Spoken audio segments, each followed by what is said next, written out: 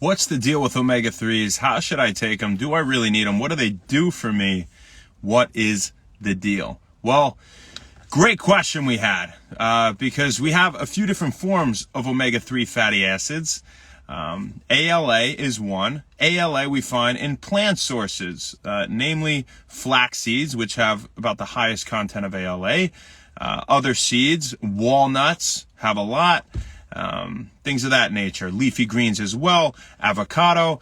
Then we have EPA, which ALA is converted into in the body, albeit it's an inefficient process. We'll talk about that in a second. EPA and DHA. Now, we find EPA, DHA in fish and shellfish and the yolks of the eggs, right? At least if they're pasture-raised eggs or ones fed flax seeds and healthy fats and things like that.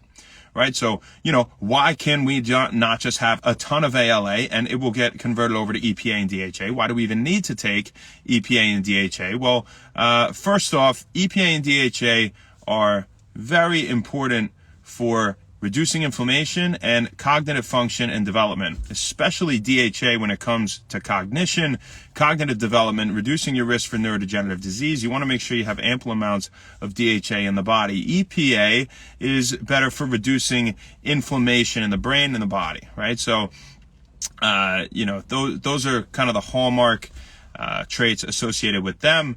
In fact, there's cognitive and behavioral deficits associated with people that have deficient levels, low levels of DHA, especially, right? So, why not just take a bunch of ALA? Well, again, the conversion process from ALA into EPA and then hence DHA is inefficient, right? About 1 to 10% of the ALA you get in the diet is going to be converted over into EPA and then hence DHA, even less into DHA. So a minuscule amount. You're better off taking them or having them from the food sources aforementioned. And when we talk about ratios, so one that's a higher ratio in DHA to EPA, that would be from, say, salmon or cod oil.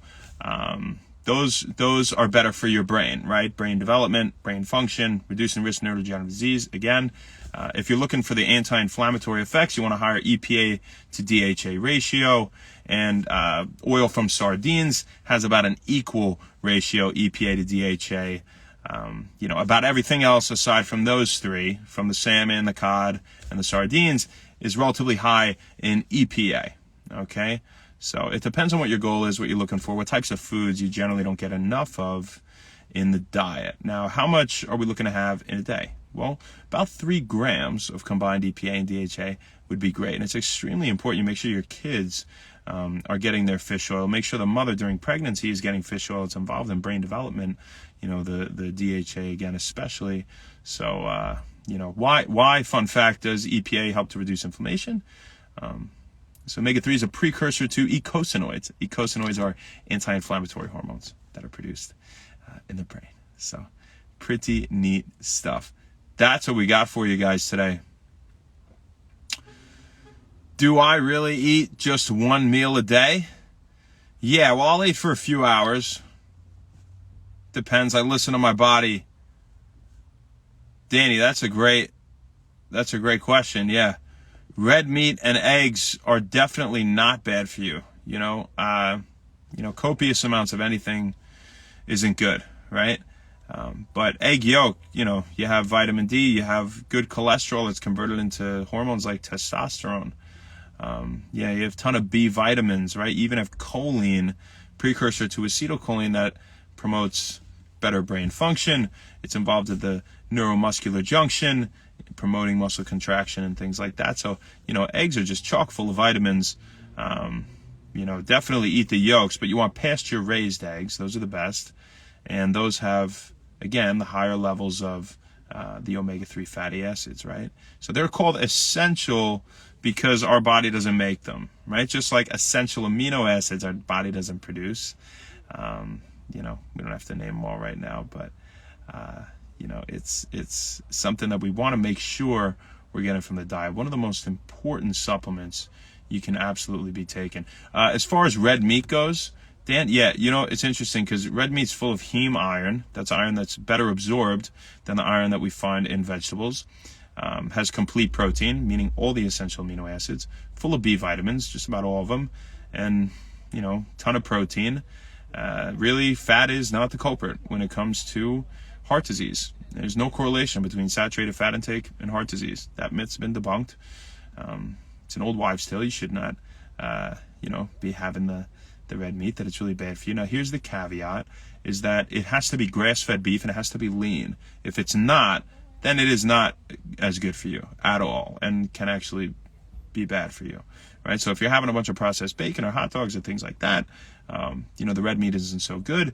If you're having 80-20, spread with, lean to fat ratio, for the red meat, it's not going to provide nearly the same benefit. If there are antibiotics given to the cows and things, it's not going to provide the same benefits. You want to go for the organic, grass-fed, very lean, something like 94.6, 93.7, whatever the hell it is. They have a few like that, lean to fat ratio. So, that would be your best bet in that regard. Let's see any other questions we have. Happy birthday, Ryan Hollingsted.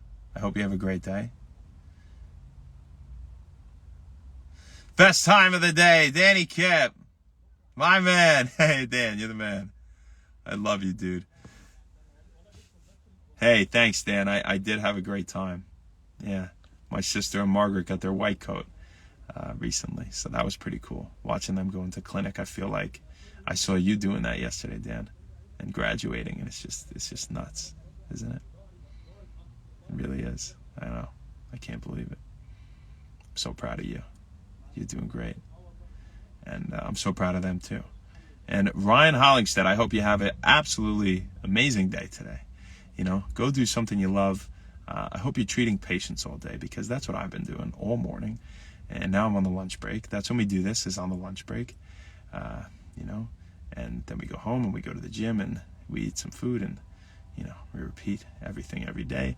Try to get 8 hours of sleep. I hope you're being healthy, doing as much as you can for yourself, putting your body in the optimal position, to heal and to grow, consistently grow. Because, when we stop growing, we start dying, right? It's a common saying, but it's very true. And, maybe approach this next year in the regard that, I want to grow into something new and better and evolve in some way that maybe I thought I even was incapable of before, whether it's mentally or physically or both in a way, or I don't know, neither, if that's even possible. But do something great for yourself, improve yourself. That's what it's all about. You deserve that. And happy birthday, brother. I hope you have an absolutely fantastic day today. Know we're thinking of you. Forever your day in the book of When Wellness. Claudio Fervere, what's going on? Hey, thank you, Toca Maria. You have a very nice day, too. Mark, what's up? Mark. Father Cosmic, Haggy Joe, Joshua, Addie Robinson, Can't Shake the Feeling, Furcus. Crystal, what's going on? Wayhell, you don't have to just eat one meal a day to be healthy. I mean, you can also eat super frequently throughout the day. The quality of your food is extremely important. It's, the timing will manipulate your metabolism as well the quality, but, it's a little combination of both. You just don't want to be in the middle in that gray area, where, you eat once every 6 hours and you don't have enough protein and you don't have enough vitamins and nutrients from whole foods. You eat processed shit, right?